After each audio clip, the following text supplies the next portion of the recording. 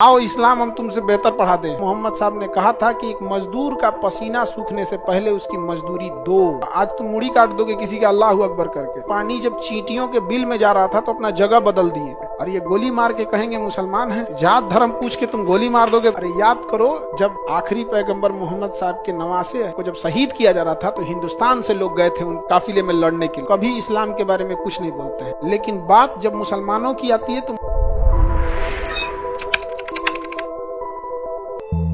इस्लाम धर्म कहाँ से फैला था? सऊदी अरब से।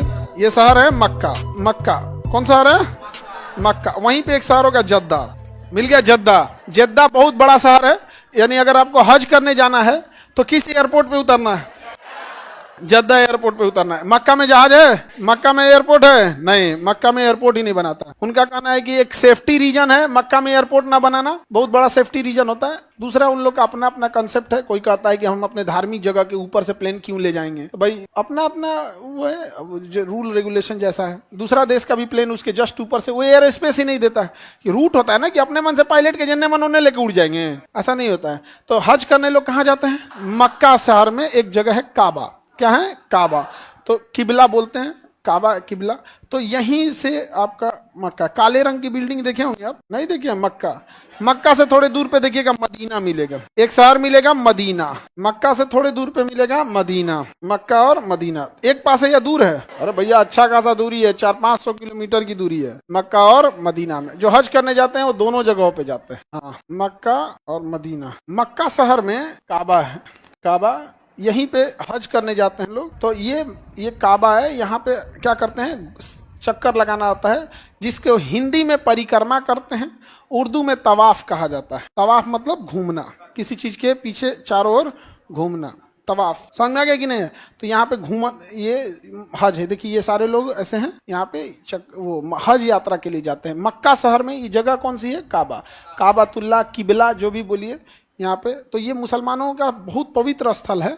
और जो मुस्लिम बच्चे हैं, पढ़ाई करो, अपने अम्मी अब्बू को भेजो यहाँ एक बार हज करने के लिए। बहुत बड़ा है, भीड़ लगती है करोड़ों की। समझा गया कि नहीं? यहाँ देखिए अभी हज के टाइम पे तो इतनी भीड़ लग जाएगी जिसका कोई हद नहीं। हज का टाइम आ गया, बकरीद के टाइम किया जाता है। हज कंप्लीट होता है बकरीद के दिन। समझा गया कि नहीं? आ गया। तो अभी हज वाले सारे लोग तैयारी में है, अब हज स्टार्ट हो रहा है। समझा गया कि नहीं? आ गया किसी को दिक्कत? और जो मदीना जो शहर देख रहे थे, उस मदीना नाम के शहर में ये मस्जिद, ये है आपका मस्जिद नबवी। मस्जिद नबवी। तो ये मोहम्मद साहब के लिए मस्जिद नबवी है। ये हरे रंग की बिल्डिंग मस्जिद नबवी किस शहर में है? मदीना में। और काबा रंग का काबातुल्लाह या कहिए किबला कहिए, वो कहाँ है? हाँ, मक्का में। तो ये हो गया आपका कौन जगह? मक्का। ये हो गया मदीना। समझ में आ गया कि नहीं आ गया? एक बार हम किसी वीडियो में बोल दिए थे ना, वो काबा को ही मक्का बोल दिए थे। तो अमूमन लोग ना काबा और मक्का को ही मक्का मदीना कह देता है। लगा सब कहने की ये है, इनको कुछ नहीं जानते हैं, तालीम नहीं है, ये है। हम कहा ठीक भैया, आप PhD आइंस्टीन के दामाद, आप खुश रहिए। ठीक है, आप खुश रहिए एकदम। आप हमसे बस तारीफ सुनना चाहेंगे, ये नहीं हो सकता है। ठीक है, इस्लाम अपने जगह पे है, हम कभी इस्लाम के बारे में कुछ नहीं बोलते हैं। लेकिन बात जब मुसलमानों की आती है तो मुसलमान अपना जगह देखें कहाँ पहुंच गए। इस्लाम वह था जिसमें मोहम्मद साहब ने कहा था कि एक मजदूर का पसीना सूखने से पहले उसकी मजदूरी दो। जब वो नमाज पढ़ने के लिए वजू बना रहे थे, हाथ धुल रहे थे, तो पानी जब चींटियों के बिल में जा रहा था तो अपना जगह बदल दिए। तो उन्होंने पूछे लोग कि क्यों जगह बदल दिए? तो कहे कि चींटियों को आज तुम मुड़ी काट दोगे किसी अल्लाह अकबर करके, कहोगे कि हम तारीफ करेंगे। हाँ, उन्होंने कहा था कि जब कोई तुमसे गलत व्यवहार करे, जब तुमसे कोई गलत सलूक करे, तो सोचना, ये मत सोचना कि मैं जब मेरा वक्त आएगा तो मैं इससे बदला लूंगा, बल्कि तुम ये सोचना जब तुम्हारा वक्त आएगा, तुम इस लेवल पे आ जाओगे तो तुम ऐसा बदसलूकी किसी और के साथ नहीं करोगे। और ये गोली मार के कहेंगे मुसलमान हैं और हम तारीफ कर दे। जात धर्म पूछ के तुम गोली मार दोगे, तारीफ कर देंगे। आओ इस्लाम हम तुमसे बेहतर पढ़ा दें। हमने कभी नहीं उंगली उठाया इस चीजों पे, लेकिन जब इसकी तरह की बदतमीजी उठने लगेगी और जिस वजह से पूरे देश का सर झुकेगा। दुनिया का सबसे बड़ा मुस्लिम देश है इंडोनेशिया। क्या किसी को कोई दिक्कत हुआ इंडोनेशिया से? ये 2 कौड़ी का पैदा हुआ मेरे दादाजी के बाद पाकिस्तान, ये पूरी दुनिया को तबाह करके रखा है। मेरे दादा सुबह उठते गरियाते थे इसको।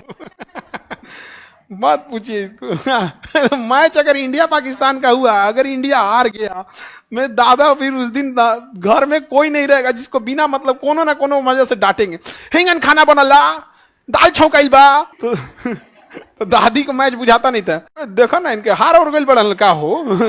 दादी भाग जाती थी यहाँ पे, और उनको पूरा 1-2 दिन तक एकदम दिमाग खराब रहेगा, तनी तनी बतिया पे ना पूरा एकदम भड़क जाएंगे। अब बाबा दादा लोग को कौन बोलता है घर में, भाई जितना सुनाना है अपने से शांत होंगे लोग यहाँ। लेकिन ये गलत तरीका है कि आप अकेला एक धर्म, एक देश, मुसलमान मिलके इस्लाम को बदनाम कर दिए, ऐसा थोड़ी होता है।